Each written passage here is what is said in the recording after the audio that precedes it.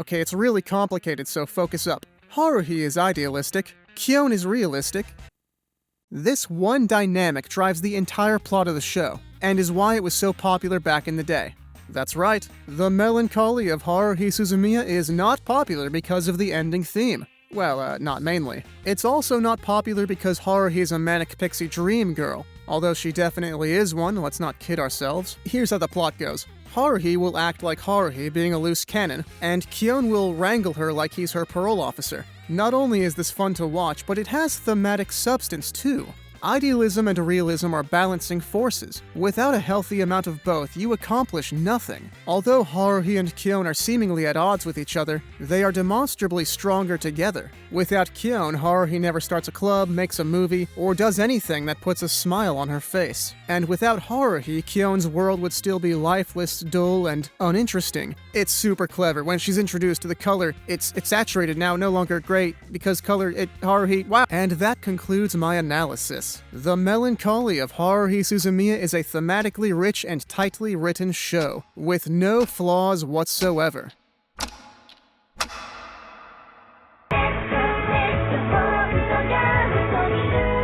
Okay, look, the paranormal element of this show needs improvement. Oh, by the way, there's supernatural stuff in this show. I definitely did not deliberately leave it out because it messes up my thesis or anything. It's not a terrible idea. Like, I think it would be fun to watch these high schoolers run around solving mysteries like it's fucking Scooby-Doo. My main issue with the supernatural stuff is that it messes up the supporting cast. Haruhi has a subconscious ability to alter reality around her, and these three were sent by special interest groups to keep an eye on her. This effectively strips away their personal agency, and makes them kinda hard to believe as people. I mean, think about it. None of them were drawn to Haruhi's club out of personal curiosity, and I don't think they consider her their friend either. For them, it's just their job. So what happens is they all end up being kinda one note. We have Mr. Exposition, Haruhi's chew toy, and the obligatory kudere. They're not bad, but they could have been so much better, and the movie proves this, especially with Nagato.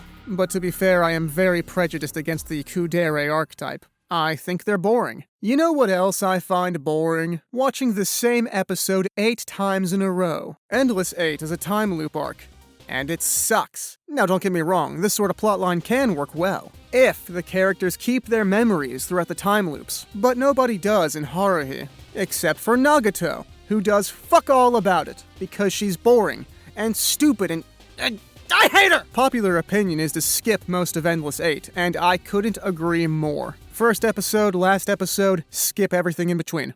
What I find really interesting, though, is that Endless 8 is not the only part of the show where popular opinion is to skip it. I am, of course, talking about the first episode. For those unaware, Haruhi and her club make a movie for the Culture Festival, and that movie is the first episode, in all its amateur glory. I think it's an organic introduction to the cast and the show, but some people are put off by its unorthodox style because it's different, and different is bad. But trust me, this first episode is good. It's also pretty funny. It dawns on me that I haven't really talked much about Haruhi herself. And to put it very briefly, she's a whack job. She lacks empathy, shame, impulse control, humility. The girl's got some issues. Now, having said all of that, I, for one, find it admirable that she's not held back by self-doubt, and simply pursues whatever her imagination dictates. Mostly admirable. Oh, and Kyon is definitely, there. I don't have much to say about him. He does his part pretty well. Although he does have this one weird habit, where like he'll be monologuing, and then for no reason at all, he starts pulling out these references to science and history. It's like a Family Guy bit where it's like, gee Haruhi, this reminds me of that time Hannibal crossed the Alps. It's kinda dumb, but like it's also his shtick, you know? It's kind of endearing. Let's see, what else?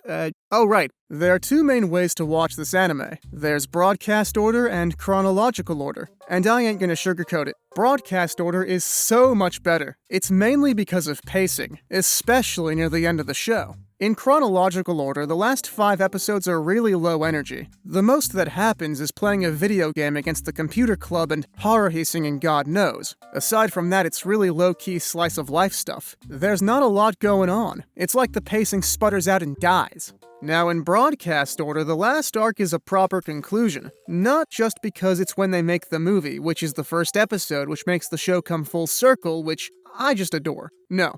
It's because this is the part where Kyon gets really mad at Haruhi. Spoilers for this part of the show, Haruhi has always bullied the ginger, and Kyon has never liked that, but he's always tolerated it to an extent. But here Haruhi goes too far, and so he puts his foot down. These two get into a really big fight, and the movie project is almost cancelled over it. They eventually make up, but one detail I really like is that Haruhi is super depressed, because it demonstrates my point at the beginning of the video. Yeah, full circle, that's right. If you didn't already know why she depends on him, bam, there you go. And if you don't know how Kyon depends on her, there's the movie right after this. But I'm not gonna spoil that, because you should really watch it yourself. And the rest of this show. The Melancholy of Haruhi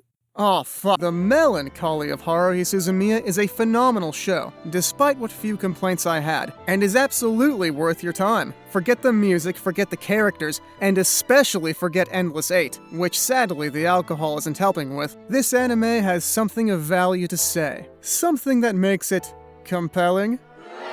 What? Man, fuck y'all!